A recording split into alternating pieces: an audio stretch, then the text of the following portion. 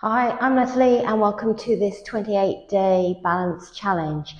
Now, balance is something that we need to try to hang on to for as long as possible, and actually it's something that we actually lose the ability to do as we get older.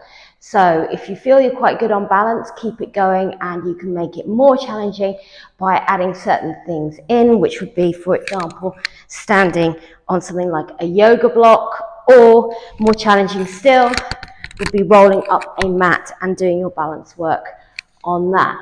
So if you feel that you do struggle with balance, the first thing I'm going to say is please try and let go of the wall.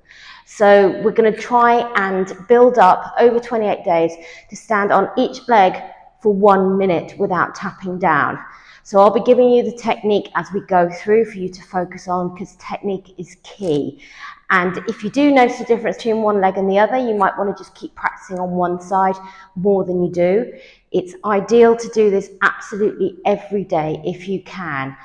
And if you want to follow along through the video until you've got it sorted, that's good. Otherwise, once you're there, brushing your teeth, 1 minute, other side, 1 minute. So when you're ready, we're going to get going. You can do this.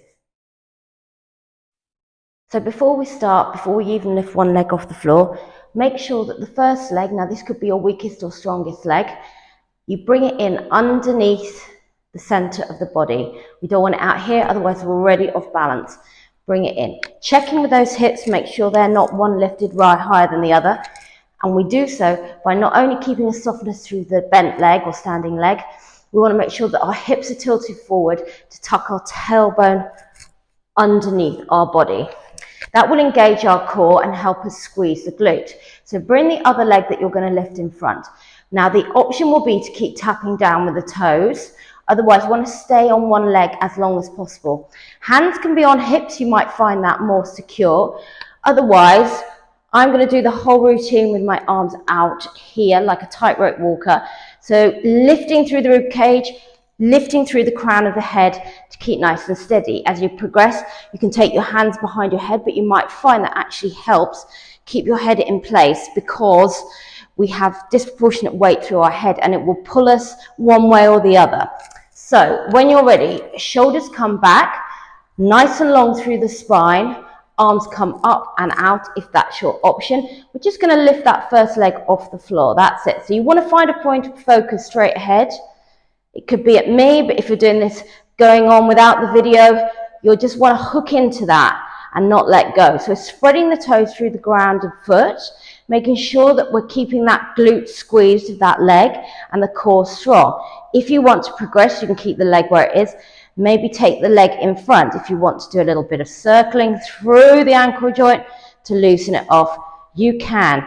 Bend the knee. Can you take the leg out to the side without tapping down? That's it. Keep it nice and strong. Now, if you need to tap down, you can. Otherwise, keep it lifted here.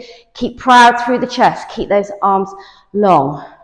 And then when you're ready, if you want, you can bring the leg up in front. A little bit more with the arms here. You can lift one to the ceiling and the other. Take the arms out behind your back. Squeeze and open the chest. Foot goes down. Well done if you managed to do that without tapping down. That's your first side.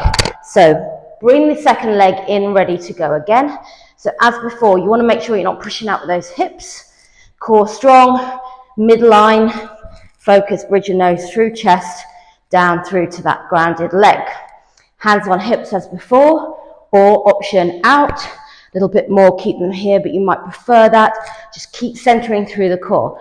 Foot in front, just find the stability first. Maybe tap and lift a couple of times. Make sure your feet are in the right place. And when you're ready, we're just going to lift that second leg. And you're soon probably finding out right now which one is the stronger or the weaker. So keeping that straight line through the arms, keeping that point of focus, lifting and opening up through the chest. Keep breathing. And again, if you want to, you can lengthen that leg in front. Spread the toes, grounded foot, squeeze glute, grounded leg. Circle the other way if you want a little bit more. So if you feel that you can do it without tapping down, take it out to the side. Keep long through the torso. Breathe. Really strong here. Keeping those arms out, keeping the chest proud, and then if you wish, bring that leg in front, control the wobble, that's it. Bring the arms in front, lengthen to the ceiling, nice and long through the spine, arms go out through our T shape, hands come behind our back, open the chest, and down you come.